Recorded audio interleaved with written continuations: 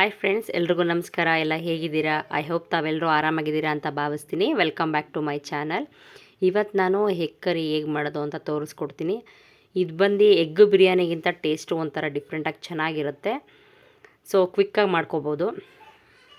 ನಾನು ಮೊದಲನೇದಾಗಿ 6-7 ಎಗ್ನ ತೊಗೊಂಡು ಬೇಯಕ್ಕೆ ಇಟ್ಕೊಂಡಿದ್ದೀನಿ. ಅದಾದ ನಂತರ ಪಕ್ಕದಲ್ಲಿ ರೈಸಿಗೆ ಕೂಡ ಇಟ್ಟಿದ್ದೀನಿ.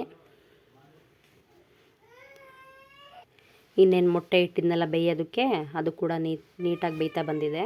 ನೆಕ್ಸ್ಟು ಇದಕ್ಕೆ ಬೇಕಾಗಿರೋ ಸಾಮಗ್ರಿ ಬಂದು ನಾನು ದೊಡ್ಡ ಸೈಜ್ದು 2 ಈರುಳ್ಳಿ ತೊಗೊಂಡಿದ್ದೀನಿ, 3-4 ಟೊಮೆಟೊ ತೊಗೊಂಡಿದ್ದೀನಿ, ಮತ್ತು ಒಗ್ಗರಣೆಗೆ ಸ್ವಲ್ಪ ಕರಿಬೇವಿನ ಸೊಪ್ಪು ಹಾಗೂ ಈ ಬಟ್ಲಲ್ಲಿ ಏನೇನು ಪುಡಿ ಇದೆ ಅಂದರೆ 1 ಸ್ಪೂನಷ್ಟು ಖಾರದ ಪುಡಿ, 1 ಸ್ಪೂನಷ್ಟು ಧನಿಯಾ ಪುಡಿ ಹಾಗೂ 1/4 ಸ್ಪೂನು ಅರಿಶಿನ ಪುಡಿ ತೊಗೊಂಡಿದ್ದೀನಿ. ಇದರ ಜೊತೆಗೆ ಇನ್ನೊಂದು ಪುಡಿನ ನಾವು ಎಕ್ಸ್ಟ್ರಾ ಆ್ಯಡ್ ಮಾಡಬೇಕು. ಅದು ಯಾವುದಂದರೆ ನಾನು ಆಚೆ ಎಗ್ ಮಸಾಲ ಪೌಡರ್ನ ಯೂಸ್ ಮಾಡ್ಕೋತಾ ಇದ್ದೀನಿ. ಇದಕ್ಕೆ ಇದೇನಂದರೆ ಇದಕ್ಕೆ ಆ್ಯಡ್ ಮಾಡೋದ್ರಿಂದ ಎಕ್ಸ್ಟ್ರಾ ಫ್ಲೇವರ್ ಕೊಡುತ್ತೆ, ತುಂಬಾ ಚೆನ್ನಾಗಿರುತ್ತೆ.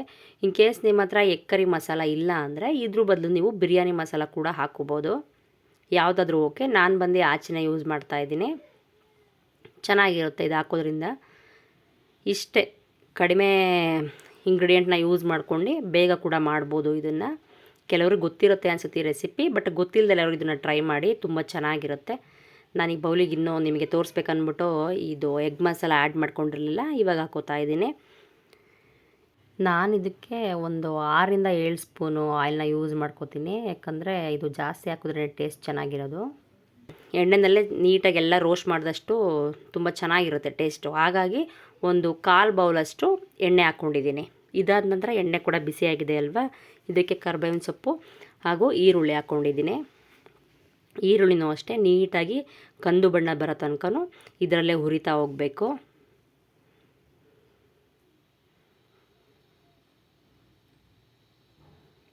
ಇನ್ನೇನು ಇದು ಅಷ್ಟೇ ಚೆನ್ನಾಗಿ ಕಂದು ಬಣ್ಣ ಬರ್ತಾ ಇದೆ. ಇದಾದ ನಂತರ ಏನು ಮಾಡಬೇಕು ಅಂದರೆ ಒಂದು 3-4 ಟೊಮೆಟೊ ತೊಗೊಂಡಿದ್ದೆ ಅಲ್ವಾ, ಅದನ್ನು ಕೂಡ ಇದಕ್ಕೆ ಹಾಕಬೇಕು. ಟೊಮೆಟೊನೂ ಅಷ್ಟೇ ನೀಟಾಗಿ ಅದರಲ್ಲಿ ನೀರಿನಂಶ ಏನೇನಿದೆ ಎಲ್ಲ ಹೋಗಿ ಎಣ್ಣೆ ಬಿಡೋ ತನಕನೂ ಅಷ್ಟೇ ಇದರಲ್ಲೇ ಚೆನ್ನಾಗಿ ಫ್ರೈ ಮಾಡ್ತಾ ಹೋಗಬೇಕು. ನಾನು ಇದಕ್ಕೆ ರುಚಿಗೆ ತಕ್ಕಷ್ಟು ಉಪ್ಪನ್ನ ಹಾಕ್ತೀನಿ. ನಾನು ಪುಡಿ ಉಪ್ಪೇ ಸೇರಿಸ್ಕೊಂಡಿದ್ದೀನಿ. ಇದೂ ಅಷ್ಟೇ ಇನ್ನೇನು ನೀಟಾಗಿ ನೋಡಿ ಎಲ್ಲ ಎಣ್ಣೆ ಬಿಡ್ತಾ ಬಂದಿದೆ. ನಂತರ ಏನು ಮಾಡಬೇಕು, ನಾನು ತೋರಿಸ್ಕೊಟ್ಟಿದ್ನಲ್ಲ ಈ ಪುಡಿಗಳೆಲ್ಲ, ಧನಿಯಾ ಪುಡಿ, ಖಾರದ ಪುಡಿ ಹಾಗೂ ಎಗ್ ಮಸಾಲ, ಅರಿಶಿನ ಪುಡಿ, ಇದನ್ನೆಲ್ಲ ಇದಕ್ಕೆ ಹಾಕಿ ಮಂದ ಊರಿನಲ್ಲಿ 1 ನಿಮಿಷ ಅಥವಾ 2 ನಿಮಿಷಗಳ ಕಾಲ ಇದರಲ್ಲಿ ನೀಟಾಗಿ ಫ್ರೈ ಮಾಡ್ತಾ ಬರೋಣ. ಇದಾದಮೇಲೆ ಏನು ಮಾಡಬೇಕು ಅಂದರೆ ಬೇಯಿಸಿಟ್ಕೊಂಡಿರೋ ಮೊಟ್ಟೆ ಇತ್ತಲ್ವಾ, ಇದನ್ನು ನಾನು ಮಸಾಲ ಹಿಡೀಲಿ ಅಂದ್ಬಿಟ್ಟು ಸ್ಪೂನಲ್ಲಿ ನೋಡಿ ಈ ಥರ ಮಾಡ್ತಾಯಿದ್ದೀನಿ.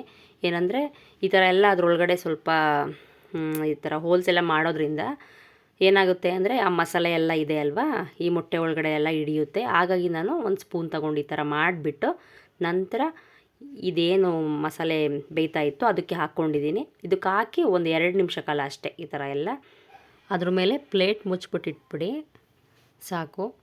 ನಂತರ ಇನ್ನೇನು ಆಯ್ತಾ ಬಂತು ಇದು. ಇದಾದಮೇಲೆ ನಾನು ಅನ್ನ ಮಾಡಿ ಇಟ್ಕೊಂಡಿದ್ದೆ ಅಲ್ಲ ಬಿಸಿದು, ಅದಕ್ಕೆ ಹಾಕೋತಾ ಇದ್ದೀನಿ. ಒಂದು ಸಲ ಟ್ರೈ ಮಾಡಿ ನೋಡಿ, ತುಂಬಾ ಚೆನ್ನಾಗಿರುತ್ತೆ, ಬೇಗ ಕೂಡ ಆಗುತ್ತೆ. ಈ ರೆಸಿಪಿ ಮಾಡಿದ್ದೇ ಗೊತ್ತಾಗಲ್ಲ, ಅಷ್ಟು ಚೆನ್ನಾಗಿರುತ್ತೆ. ನಾನು ಎಗ್ ಬಿರಿಯಾನಿ ಯಾವಾಗ ಮಾಡ್ಬೇಕು ಅನ್ಕೋತೀನಿ ಆಗಿನ ಟೈಮಲ್ಲೆಲ್ಲ ಜಾಸ್ತಿ ಇದನ್ನೇ ಮಾಡೋದು. ನಮ್ಮಲ್ಲೆಲ್ಲ ಇದನ್ನು ತುಂಬ ಇಷ್ಟಪಟ್ಟು ತಿಂತಾರೆ. ಐ ಹೋಪ್ ನಿಮ್ಮೆಲ್ರಿಗೂ ಈ ಒಂದು ರೆಸಿಪಿ ಇಷ್ಟ ಆಗಿದೆ ಅನ್ಕೋತೀನಿ. ದಯವಿಟ್ಟು ಯಾರ್ಯಾರಿಗೆ ಇಷ್ಟ ಆಗಿದೆ ಆದಷ್ಟು ನಿಮ್ಮ ಫ್ರೆಂಡ್ಸ್ ಆ್ಯಂಡ್ ಫ್ಯಾಮಿಲಿಗೆ ಶೇರ್ ಮಾಡಿ. ನನ್ನ ಚಾನಲ್ ಯಾರು ಹೊಸ್ದಾಗಿ ನೋಡ್ತಿದ್ದೀರಾ ಸಬ್ಸ್ಕ್ರೈಬ್ ಮಾಡ್ಕೊಳ್ಳಿ. Thank you for watching.